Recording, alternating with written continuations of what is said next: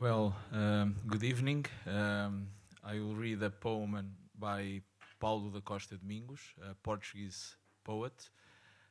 This poem was written some weeks after the Russian invasion.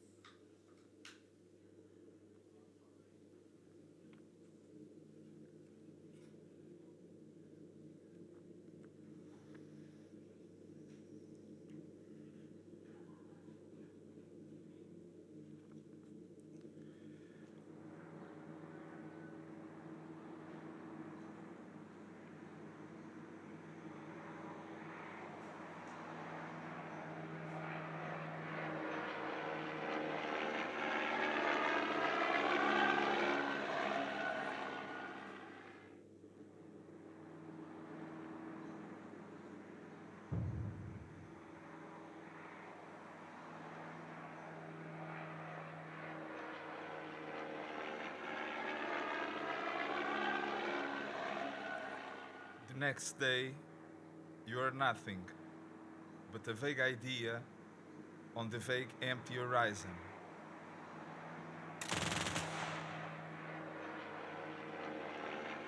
Someone told them, go there and destroy the homes, the families, with phone calls. And we have the great advantage of not believing in homes or families, only in the telluric force, sun and moon, in the orbs, and in the vineyard, concrete from the volcano's crater. They brought their million petals, and now the border is the great wall of blood.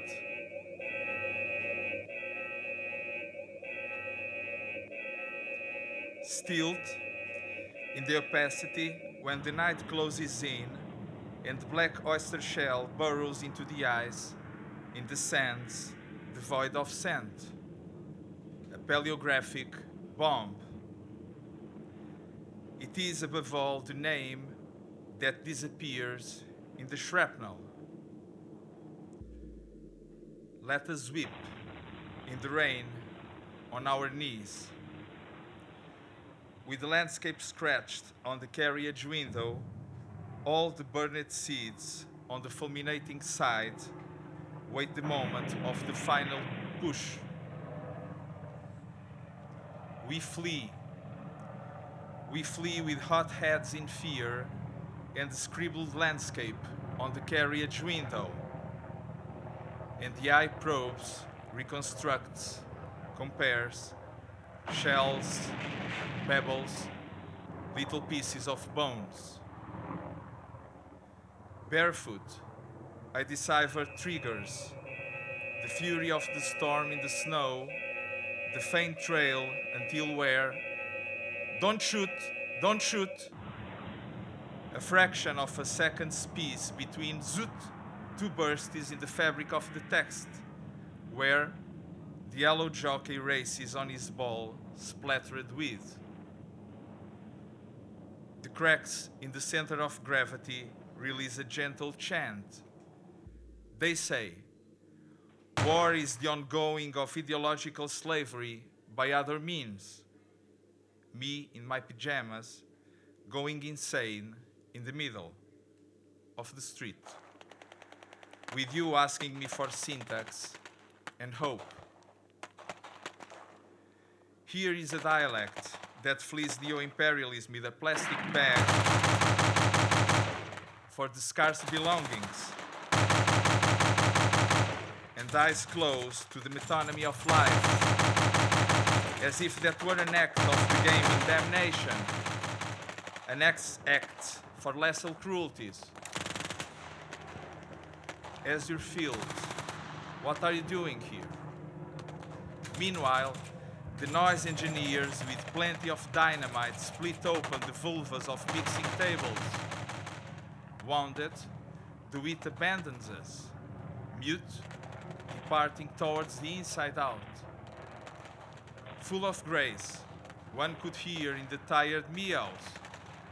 If I'm not mistaken, this was once my pain. When we mocked everything without hurting ourselves, without falling from the tree remembering wishes.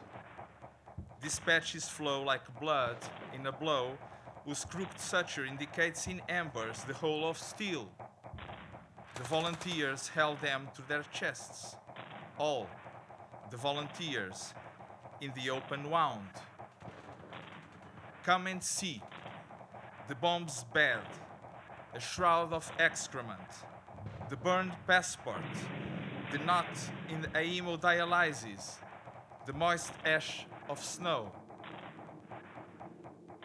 No one was prepared for eviction, hiding among the death, hatred in the heart for no one in particular, white, genuinely similar and poor in understanding or comprehension. I hesitate. We hesitate. One hesitates to hide under the light of death. In silence, she holds fallen torsos in her eyes, the librarian of crumbs, with her broken perfume bottle in her pocket, in the abode of fear. And the sight probes, reconstructs, compares, capsules, triggers, little pieces of journey to archaic survival, to the adventure of conquering a crust.